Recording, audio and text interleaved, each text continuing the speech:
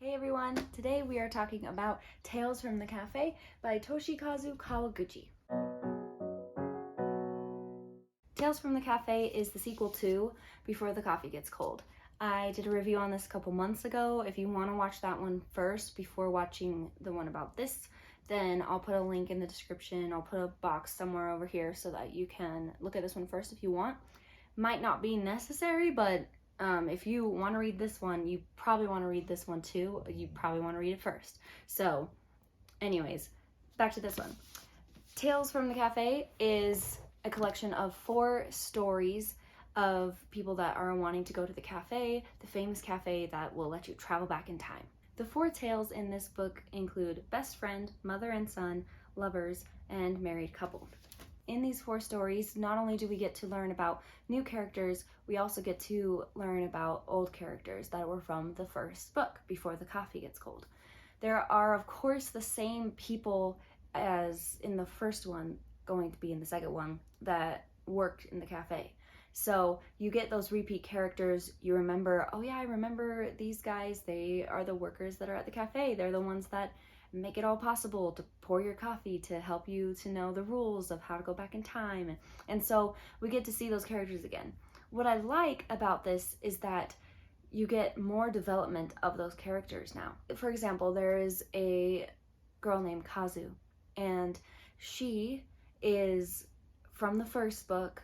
She's one of the servers, and she's just, her personality is just kind of bland. It's very just like, she doesn't like to show emotion. She usually just answers things very matter of fact. In this second book, in Tales from the Cafe, we get to learn a little bit more about her, and we get to understand a little bit more of why she is like that. The reason, like all of the personality traits that she has, all the way that she is all explained in this book. And I really like that because we got more of the mystery of Before the Coffee Gets Cold, certain things that that book didn't fully like go into detail. We get that in this second one, and so I really like that. That's why I think if you read Before the Coffee Gets Cold and then you read Tales from the Cafe, you'll benefit the most because you are getting that backstory and then developing more of the stories of those repeat characters in the second one.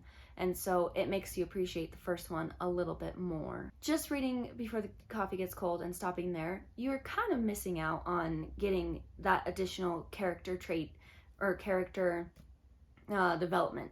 So I would say it would be really beneficial to just read them both.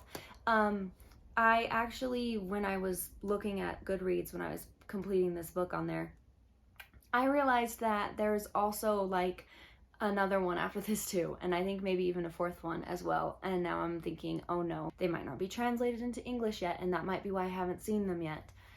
So if they do get translated, then I am looking forward to being able to read those ones as well, because I can only wonder now that we're going to get even more of Kazu, and we're going to get even more of the other characters that like are a part of the cafe, and maybe we will also get mentions from these previous books as well, because there are a couple of characters that aren't like actually in the second book but are referenced, and like they're brought up again and you can remember them. Oh yeah, they were in the first book.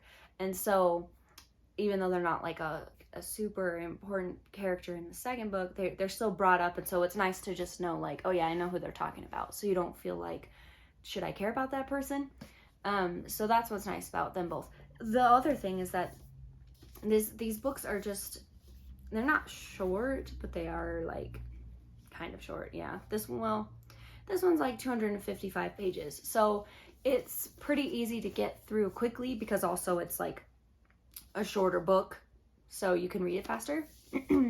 So that's another reason why I like the first one, because I read it in like 2 days, and I was able to fully like invest myself in the characters because I didn't have to worry about remembering things from 500 pages before that. It's just a nice short book, and so sometimes I like that. So if you haven't read either of these books, I say go for it. Read Before the Coffee Gets Cold first, and then read Tales from the Cafe.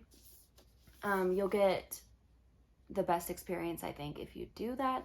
But technically this could be standalone since it does repeat things. Like, and one of the things I said in this review was that with each short story, it kind of repeated, these are the rules of going back in time and blah, blah, blah. And like, you're like, okay, I already know that because you told me in the last story.